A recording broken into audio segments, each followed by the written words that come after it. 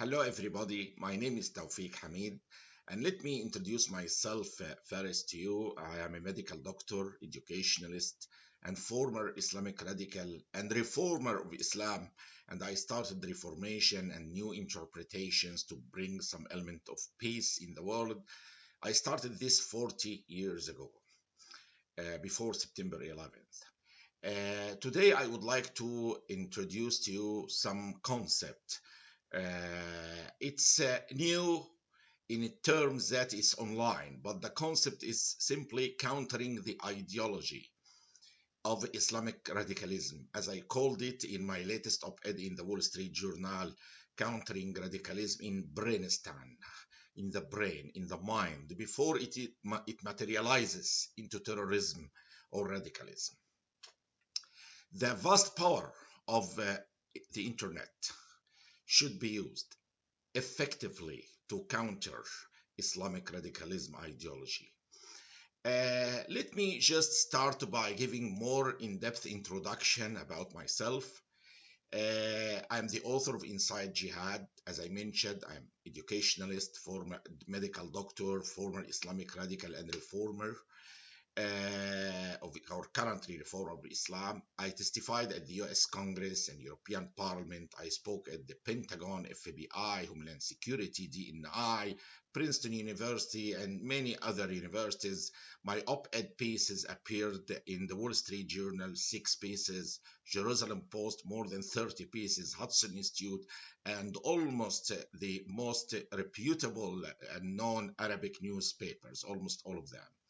Appeared on Fox News, CNN, C-SPAN, and major Arabic and Israeli TV news. Former chair of Islamic radicalism at the Potomac Institute for Policy Studies in Washington here in Virginia.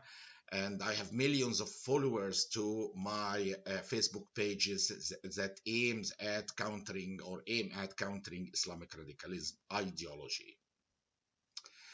The topic of Islamic radicalism, when I address it in my approach, which I'm offering you today, is to fight it at 4 different levels. The first level is the ideology. The second is the fighting it at the level of the thinking process, because you might have a peaceful ideology, but if the thinking process is associated with absolutism, judgmentalism, literalism, it can end in violence at the end. So the thinking traits in the brain and mind are important to recognize in the area of countering radicalism. Also, I am countering it at the psychological levels and the information level as well.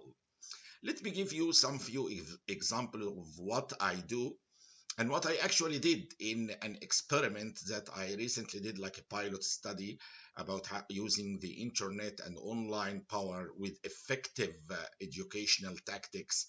And the results were really not just like in the least promising, if not outstanding.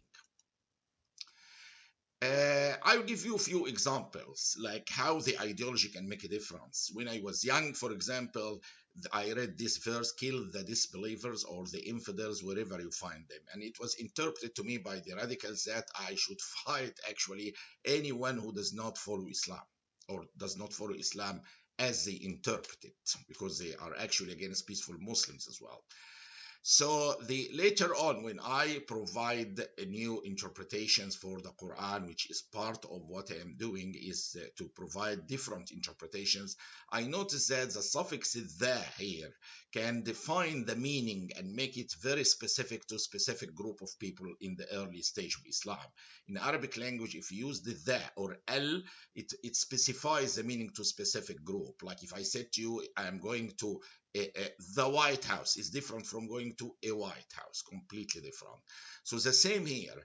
And if the Quran wanted to generalize to everybody, it would have used the expression man kafar, not that this expression can generalize it. The Quran never used this expression in verses that is used like during jihad or wars. It used specifically the suffix al or the, which define the meaning only to this specific group in this historical time.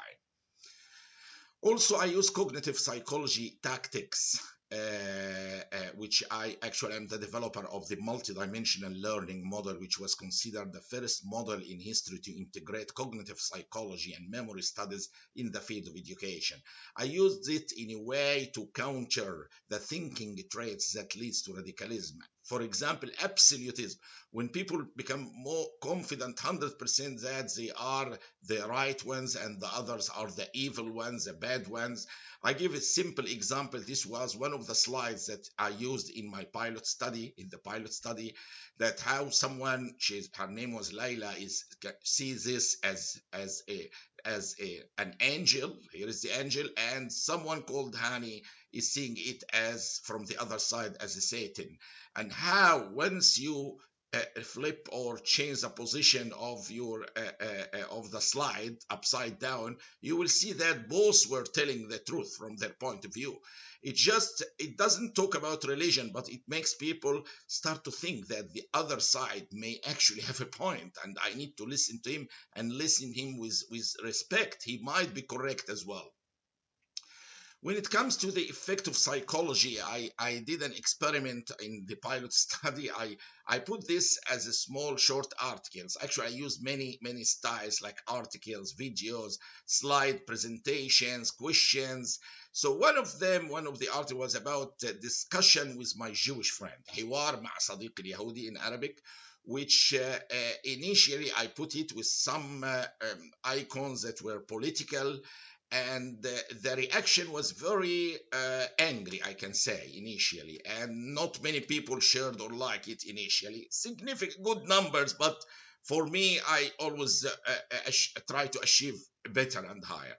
So what I did was simply I changed the image to make it as if we are at a cafe, and I invited him first time, and I said to him, next time you invite me for the coffee. And the whole discussion was in a cafe, as if I am talking to him and he's talking to me, putting questions, making the mind of people in the Middle East work, particularly in the Arab world, to start thinking differently about how the other side, or what they see at the other side, Israeli people, can see the problem also. It's important to see how they look at what you think is correct. You might be incorrect, so you need to listen to the other side. But listening to it while in a cafe changes the whole discussion from the subconscious level that's full of anger when they see the word Yahudi or Jewish, many of them become angry, to the conscious level of discussion that we are now relaxed, sipping coffee together, discussing it. You can't imagine how much this changed the situation, the rate of spread of this op-ed and our article, the shares and the likes. So it significantly created much higher impact on the internet by just working on the psychology, moving the discussion from the subconscious level, anger, emotions, to the conscious level that makes people start to think reasonably and see the views of the others. Also, I use information warfare in the process. For example, by giving information, asking people to think about it. Many in the Middle East, I believe that the Jewish people are the cause of economic problems to all countries where they exist, and they believe in this, that any problem they have is because the Jewish people are behind it. I give this example. This is the Egyptian pound compared to the US dollar. And the dollar price is rising. It starts from 1700 something here to 2020. So the dollar price was rising since this period. So what is this period? What happened here? Then I give them the next piece of information. The Egyptian Jews were kicked out of Egypt here. If the Egyptian Jews or the Jewish people were the cause of economic collapse of nations, the economy should have been better and the Egyptian pound should have been even stronger. And the dollar should go down, not higher like this. So I make them think to generate the information. It's called the generation effect in memory studies. And by using certain models I move the information to the long-term memory stores in the brain as well. So I ask them a simple question: if the Jewish people were the cause of economic disasters to nations, why, when the Jewish people were kicked out of Egypt, the economy went down and the dollar price really went up like this? So it gives them a factual knowledge to think about. And also the same, when people say the West and America are against Muslims, then I put a simple question: how many mosques were built in America or in Europe in the last few decades?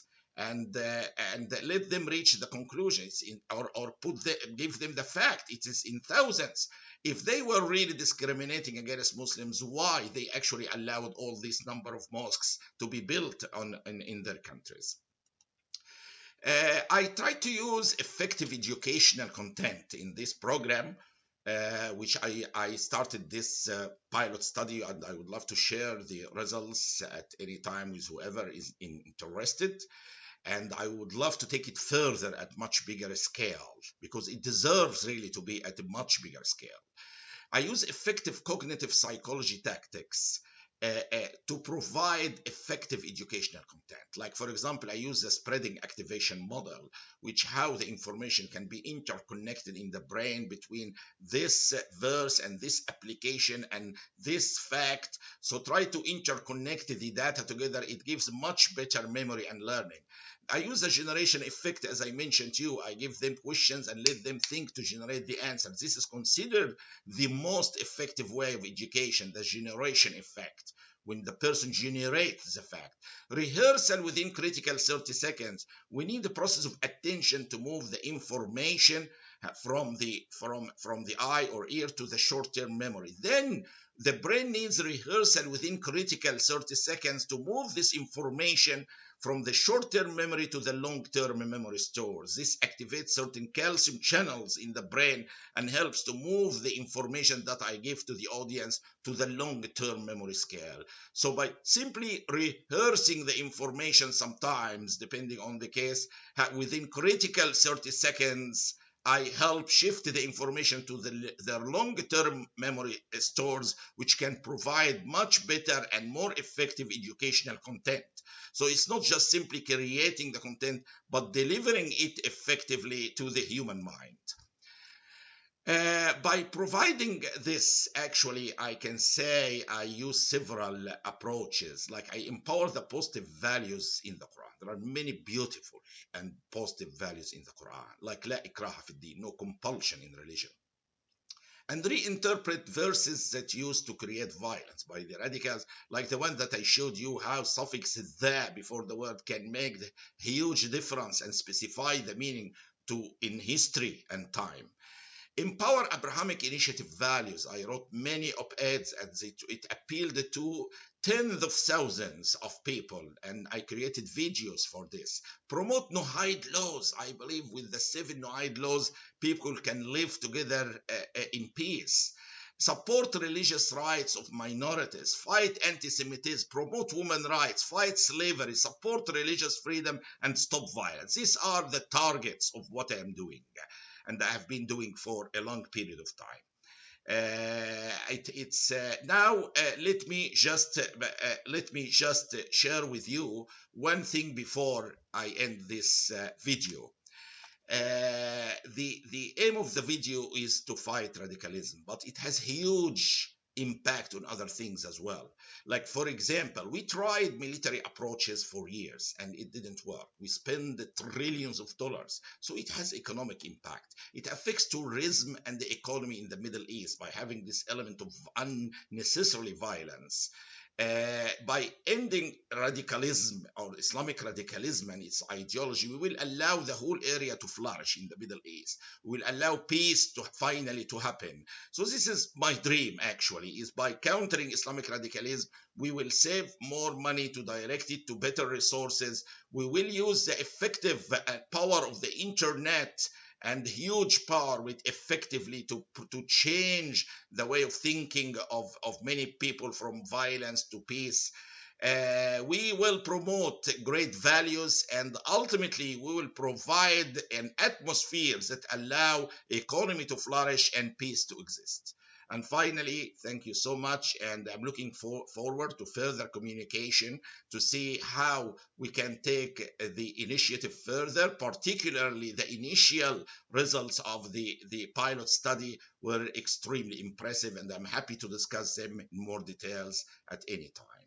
Thank you so much, and God bless you.